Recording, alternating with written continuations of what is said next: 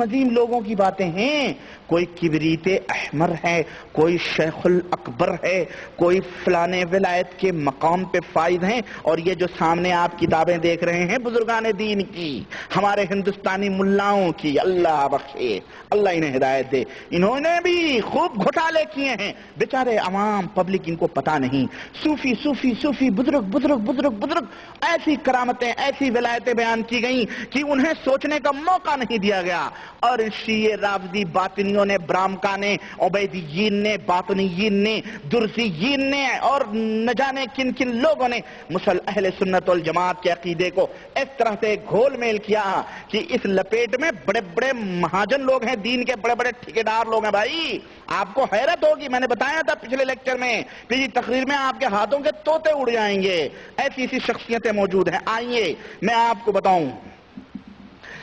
ان حقیقتوں کے سمجھ لینے کے بعد آئیے آپ کو میں تصوف کی دنیا کی سیر کراؤں. لوگوں نے تصوف کے موضوع پر بہت کتابیں لکھی ہیں، میرے پاس موجود ہے. مولانا منظور نعمانی کی کتاب تصوف کے موضوع پر ہے، مولانا ابو الحسن ندوی کی کتاب تصوف کے موضوع پر ہے، علامہ ابن تیمیہ کی بھی کتاب تصوف کے موضوع پر ہے. لیکن دونوں میں بون شاسع ہے، دونوں میں زمین اور آسمان کا فرق ہے. علامہ ابن تیمیہ کچھ اور بیان کر رہے ہیں. موجودہ دور کے مفکرین ملت کی کتابیں تصوف کے لیے جان و دل کی قربانیاں پیش کر رہی ہیں، امت کو دعوت دے رہی ہیں کہ گھسو، یہ تصوف ہے، یہ تزکیہ نفس ہے، اس کے اندر تمہیں بہت کچھ ملے گا. صرف نماز روزے تو اپنی جگہ ہی ہیں، لیکن روحانیت کی غذا کے لیے، روحانیت کو، روح کو سیکل کرنے کے لیے، اس کو مصفا اور اس کو صاف کرنے کے لیے جب تک تم خمیرہ گاؤ زبان نہیں کھاؤ گے تب تک وہ تمہیں کوئی قوت حاصل نہیں ہو سکتی ہے.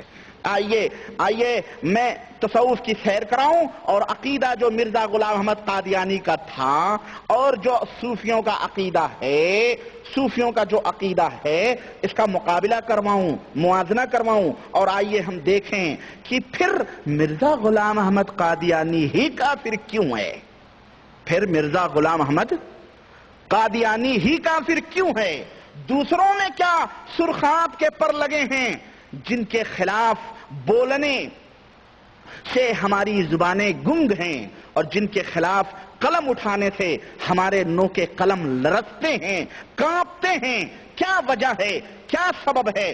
ہم بہرے اور گونگے ہو جاتے ہیں اور جو ہے ہمارا قلم رک جاتا ہے ان کے خلاف بولنے سے. کیا اسباب ہیں؟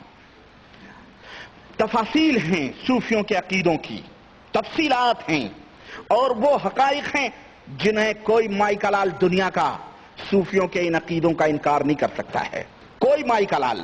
اور یہ تصوف، ایک بات آپ سمجھ لو، تصوف اور اسلام جس طرح کفر اور اسلام ہے اسی طرح تصوف اور اسلام ہے. بس تصوف کو پیدا اس لیے کیا گیا، تصوف عالم وجود میں اس لیے آیا تاکہ اسلام کی تعلیمات، قرآن اور سنت کی تعلیمات کی بےخنی ہو جائے، اس کو جڑ سے اکھاڑ کر دنیا سے نیست و نابود کر دیا جائے اور لوگوں کے دلوں سے کھیلا جائے، لوگوں کو غلام بنایا جائے.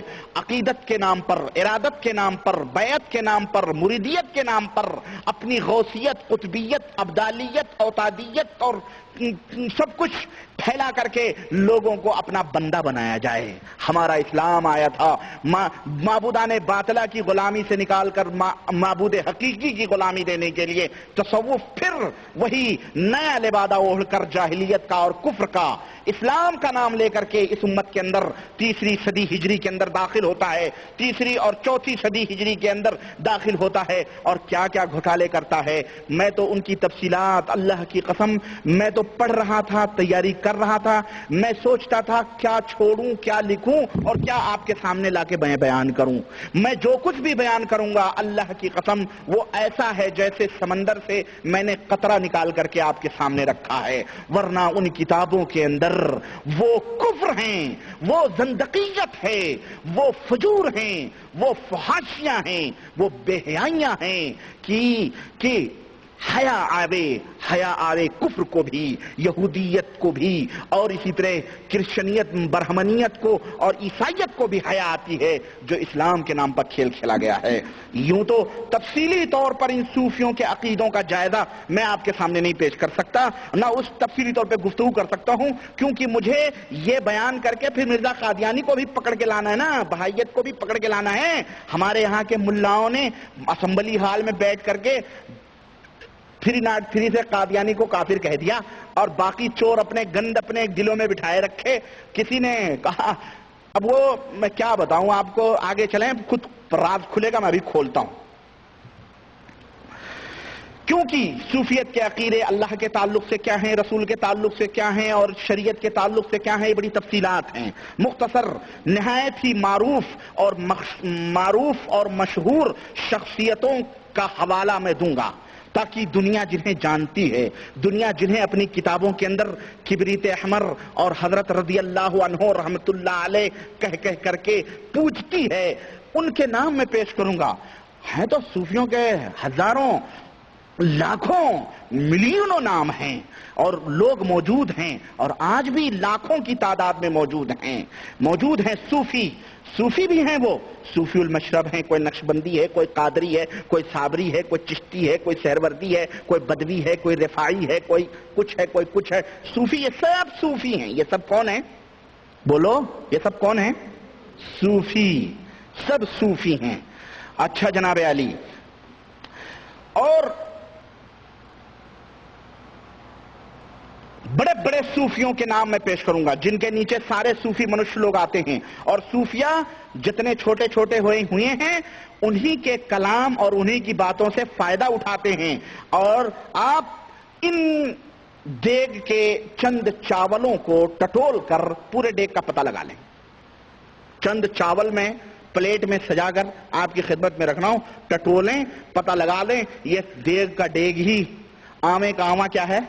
کالا ہے، یہ دیگ کا دیگ ہی خالی ہے۔ کوئی قطب الابدال ہو تو کوئی غوث العظم بنے، کچھ بھی بنے، یہ جتنے بھی القاب ہیں، میں کبھی انشاءاللہ زندگی رہی، فرصت رہی تو میں ذرا ان قطب کس کو کہتے ہیں، غوث کس کو کہتے ہیں، ابدال کس کو کہتے ہیں، ان کی کیا خصوصیات ہیں، یہ کن کن عہدوں پر فائز ہوتے ہیں، یہ عقیدے کیا مطلب ہیں، قطب، غوث، ابدال، اوتاد، نجبہ، اتقیہ، ان کا کیا مفہوم ہے صوفیوں کی زبان میں، ان کی اصطلاحات میں، یہ بھی میں آپ کے سامنے رکھوں۔ کیوں لوگ سمجھتے ہیں قطب اسلام کا کوئی بہت بڑا مقام ہے، ابدال یہ تو کوئی جیسے کوئی وزیر اعظم ہے، کوئی مکھ منتری ہے، کوئی رئیس الوزراء ہے، کوئی صدر ہے، کوئی کونسلر ہے، کوئی کیا ہے وہ دنیا میں جیسے ہوتے ہیں، ایسے یہ پورے مقامات ہیں، ان کی بھی تشریح ضروری ہے، آپ ان سے دھوکہ نہ کھائیں۔ من جملہ یہ سمجھ لیں، یہ چند غلاظتیں ہیں، یہ کیا ہیں؟